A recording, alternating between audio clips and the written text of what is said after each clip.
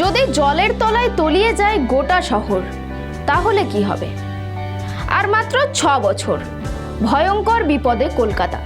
17 কোটি মানুষের সব শেষ হয়ে যাবে, ভয়াবহ আশঙ্কা বার্তা। তবে কি জানাচ্ছেন পরিবেশবিদরা? নমস্কার, দেখছেন খবর বাংলা, সঙ্গে রয়েছে আমি স্মৃতি। বিজ্ঞান ও প্রযুক্তির খবর নিয়ে সম্প্রতি পরিবেশবিদরা জানাচ্ছেন হাতে আর খুব বেশি সময় নেই। তারপর কলকাতা সহ বাংলার বৃহদাংশ জলের অতলে তলিয়ে যাবে।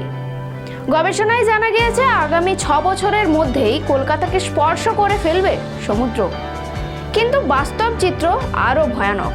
ধীরে ধীরে জলের তলায় চলে যাচ্ছে কলকাতা, দিল্লি, মুম্বাই, চেন্নাইয়ের মতো মেট্রো শহরগুলি। সমুদ্রের জলস্তর বাড়ছে আর তলিয়ে যাচ্ছে ভারতের অন্যতম শহরগুলি।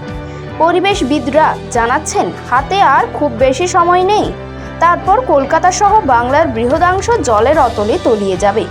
এ প্রসঙ্গে ভূতত্ত্ববিদরা জানিয়েছেন কলকাতার মাটির তলা থেকে ধীরে ধীরে পলি রাশি সরে যাচ্ছে। কলকাতার মাটি ধীরে ধীরে দুর্বল হয়ে যাচ্ছে। উল্টো দিকে সমুদ্রের জলস্তর পরিমাণ অতি দ্রুত গতিতে বাড়ছে। এভাবে জলস্তর বাড়তে থাকাটা কলকাতার জন্য ভয়ঙ্কর।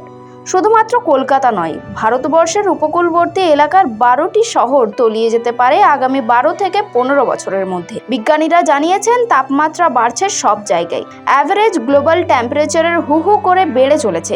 সমস্ত বিজ্ঞানীরা গবেষণা করে বলে দিচ্ছেন এই জায়গায় এইভাবেই ডুবে যাবে। সেটাও কোনো জায়গায় হয়তো 50 বছর, কোনো জায়গা 20 বছর। কেউ কেউ বলছে 2030-এর মধ্যে কোনো পদক্ষেপ করা না হলে এই শহরগুলি ডুবে যাবে। এখন প্রশ্ন হচ্ছে, কেন এই অবস্থা? উত্তর, বিশ্ব উষ্ণায়ন। বিশেষজ্ঞরা বলছেন হিমবাহ গলে সমুদ্রের জলস্তর ক্রমশ বাড়ছে। কয়েক ফুট পর্যন্ত বাড়বে সমুদ্রের জলতল। সমুদ্রের জলস্তর বাড়লে নদীতে নোনা জল ঢুকতে শুরু করবে। উপকূলীয় শহরগুলির জন্য যা মারাত্মক হতে শুরু করেছে। কার্বন ডাই অক্সাইডের লেভেল বাড়ছে, অক্সিজেন কমছে, বরফের জলস্তর গলছে, হিমবাহগুলি গলে যাচ্ছে দ্রুত। তাতেই বিপদ। অনেকের মধ্যেই একটা ভ্রান্ত তৈরি হয়েছে যে শুধুমাত্র কলকাতা বা মুম্বাই ক্ষতিগ্রস্ত হবে। তা কিন্তু নয়। পূর্ব এবং পশ্চিম উপকূলবর্তী এলাকা থেকে স্ট্রেট লাইনে প্রায় 82 কিলোমিটার এলাকা পর্যন্ত সমুদ্রের তলায় চলে যাবে।